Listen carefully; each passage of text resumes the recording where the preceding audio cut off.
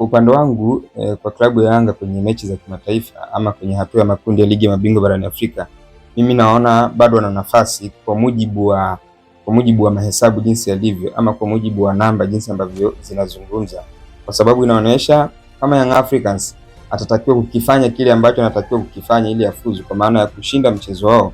ujao dhidi ya JS Kabylie kwa zaidi ya magoli mawili, kwa maana magoli 3-0, alafu ikatokea AS FAR Rabat yeye akapoteza dhidi ya kikosi cha National Ahli, basi wananchi Young Africans watakuwa na nafasi kubwa ama watakuwa wamekwisha kujihakikishia nafasi ya kufuzu. Hii kwa Young Africa sio jambo ambalo linawahusu wao peke yao.